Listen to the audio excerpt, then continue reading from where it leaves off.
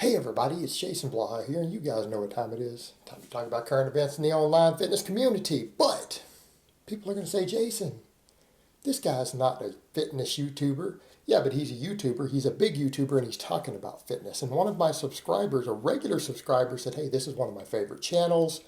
This guy did a video on bench pressing this week. Could you check it out and give your take on it? I would just really appreciate that. So I'm going to do that. So let me go ahead and put on my +5 hat of speechcraft, because I'm a gamer also, lovingly called my +5 hat of autism by many of you, and let's talk about this. All right, we have FaZe Censor, who did a video about the bench press. Now, anyone who watches it, who knows my stance on training in the bench press, knows that I'm going to be very critical of his training, his technique, things like that. But before we get into that, I actually appreciate the fact that he has a very positive mindset towards training, that he trains consistently, that he enjoys training, and he is promoting to a gaming audience to get in the weight room. Because that's one of the best things they could be doing. Resistance training is absolutely critical for your health, well-being, longevity. And, when you have people who are gaming nerds, and believe me, guys, I understand that. I, of all people, understand that. That sometimes you will neglect your fitness. It's not uncommon for that demographic to neglect their fitness, and that's not a good thing. That's not a good thing at all. So when you see a big channel like that who's in that niche, who is also saying, hey, you guys should be working out, you should be training, we need to be very positive about that, because he is actually doing something very good there. Even if he's teaching the bench press not so well, doesn't matter. He's still getting people in the gym. All right, and if people look up to him, they like his channel, and they join the gym. If 100 people go and join the gym and start training because of him, all right, that's a positive change in the world, right? And we can't take that away from him. You can't take that away from him. So we've got to give credit where credit is due for that. So we need to also look, though, at what he's doing with the bench press. There were things that he said versus what he did were two different things. You guys know, for me, I bench twice a week on camera. Like, I do all my benching on camera. And we go heavy. We max out every week, right? We do max effort work, dynamic effort work, all of that. And then I do all these accessories. I have a lot of different accessories I do for the bench right now, because I'm actually in a bench specialization phase.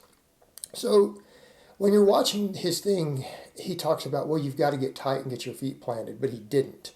And what I mean is that he talked about having an arch, but he looked flat back to me. He set in, he was just kind of loose and floppy. That's not tight, brother. And when you start talking about trying to hit a max bench, you really need to get tight. And I'm going to be honest with him. I haven't seen what he did with David Lade, but for those who are familiar with David Lade got started on one of my programs. Like, if you guys go check that out, David Lade built his base on one of my programs. Like, straight up. He built his base years ago using one of my free programs and admits that. So that's what got David Lade started. So again, a little crossover of audience potentially. But when you're going to talk about a max bench, there is no way, brother, there is no way you hit a 330 bench. And I don't mean like, oh, and all you, bro, where someone lifted 100 pounds of it for you, because that's probably what happened. There is no way a person who gets pinned under 315 like that, or who needs help doing 315, because that guy lifted the weight for you, there is no way you're a 300 plus pound bencher. It's just not possible. And definitely not 6 months ago. Even if had you been blasting some gear, because he brought that up in there. Even if you're blasting some gear and you came off, your bench wouldn't be where it's at. It wouldn't drop that much. So again, not a 315 bencher. He's a 275 bencher though. I'll give him that. I think he's good for 275. Now some people will be like, well, that one count. Well, I didn't see it all to see if it counted. Meaning he didn't have the camera set where we could actually judge the bench correctly to determine if it was a good lift or not. But he did successfully lift the weight up. But we know he's good for 275. Over to the point though, as far as that setup goes. All right, to get set up, when we talk about getting tight, here's an analogy I use sometimes, and people laugh at it and they say, wow, that's messed up. But I always tell people, when you're setting up on your bench, or any lift like that where we talk about getting tight, you need to be so tight that your workout partner couldn't pull a pencil out of your ass with a tractor. Okay? Tight. If you can move your feet, you're not tight. If you could physically lift your foot or dance around with one of your feet once you're set up, you are not tight. Your feet need to be dug into the floor to where your quads are contracting and digging them in. And I've got numerous videos showing setup on it. You guys can watch how I set up on the bench press. And I don't use that big of an arch, but you need to be set in tight. And when we say tight, your feet are on the ground, whether it's on the balls of your feet or your heels, they are dug into the floor hard. Your glutes are planted hard into the bench, and your traps are on the bench. That is your 3 points of contact. And they need to be set in super, super tight to where you pull yourself down into the bench. Like your butt needs to be digging into the bench when you set your arch in, and you set and curve your back a bit and then set on your traps. And then when you unrack the bar, the same thing. You need to pull the scapula in tight. You pull the scapula down and back. And to where you bunch up your traps, and then your trapezius up here, those set on the bench. That's the only part of your back that makes contact with the bench. It's the only part of your back that should be touching it is up here, right? Just your trapezius, that's it. No other part of your back makes contact with the bench. That's set in tight. The same thing, he talked about negative rep negatives. The bench press is not an eccentric based exercise. You're not going to get that much out of it by doing eccentric work. You're just going to get sore. You need to focus on explosiveness on the bench. You need to be focusing on the concentric and exploding as hard as you can. So I thought his points about that were not particularly good. But the other thing that I noticed was the way that he warmed up. And here's what I would say. When you're warming up, and I'm not talking about all his shoulder stuff. That's his own routine. You know what? I don't disagree with that. If that's what puts you into your zone to hit a heavy bench, by all means, carry on. Everyone has their own little rituals they do for these lifts, and that's fine. There's nothing wrong with that. So I'm not going to be critical of that. But his warm-ups themselves, I've noticed even when you were warming up, you didn't grip the bar correctly. And that's a big deal. Like if you notice, his hands were pronated in, right? They were pronated in like this.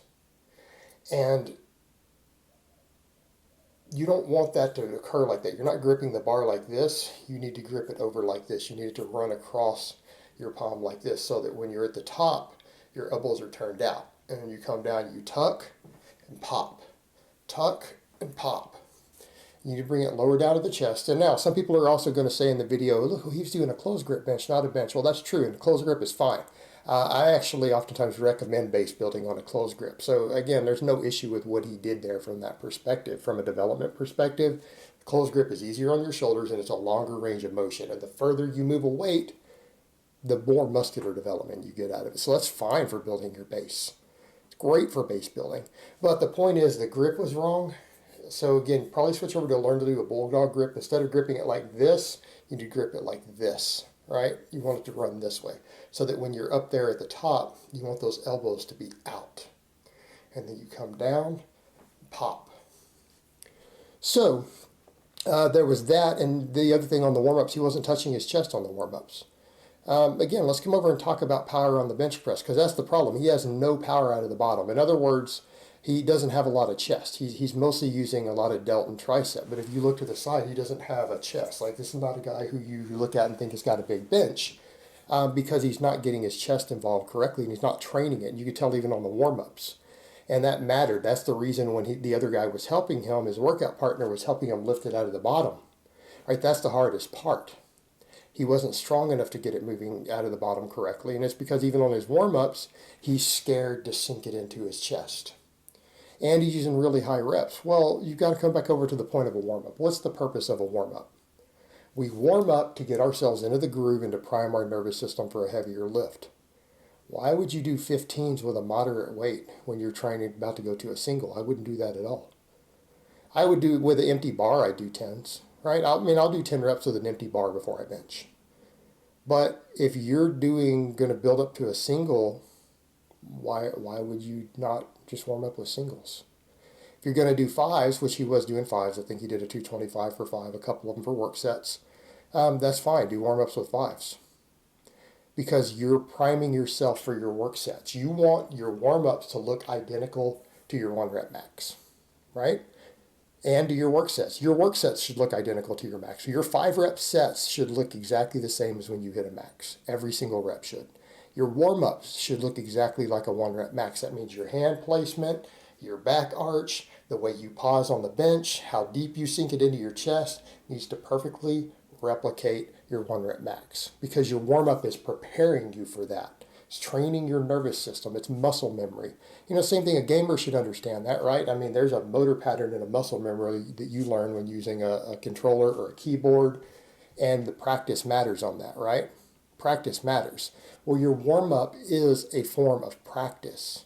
It is preparing you in terms of your nervous system and your movement pattern for the coming lift. And if you're doing a different technique than you're about to do on the heavy work, you're not properly priming yourself for it, right? You're not practicing it. And that's the whole point. A warm up is a practice. It's not there to prevent injury. That's actually a big myth. It's there to get you ready psychologically and neurologically for the movement you're about to do. So that's the sort of stuff that I would say that he kind of did wrong. His warm-ups were really bad. He doesn't know how to set up tight yet. Things he needs to work on. So he's got to work better on scapular retraction. He's got to work on sinking that bar. He needs to work on his explosiveness rather than the focusing on the lowering and the eccentric rep. Right? I mean, in a perfect world, a lot of the best benchers in the world, they don't even really do eccentrics. Some of your best bench pressers in the world just dive bomb it on the way down, even when they're doing 500 pounds. Then you pause on the chest and then explode up. But the thing was, the other thing I would point out I really disliked was telling us, oh yeah, have a spotter help you. That is the worst piece of advice you could possibly have given. Worst piece of advice you could have given. Don't let anybody touch your bar ever until you get pinned. And the thing is, it's like, but it's helping me lift more weight, but you're not lifting more weight. I mean, had you just brought a forklift over, you could have done 1,000 pounds, right? All right. If you can't lift the weight, reduce the weight on the bar. Like him, for example, he can't bench 315. He physically can't do it. It's not psychologically. Your spotter is not helping you psychologically. He's helping a shitload out of the bottom. I'm watching it, and I'm an experienced lifter.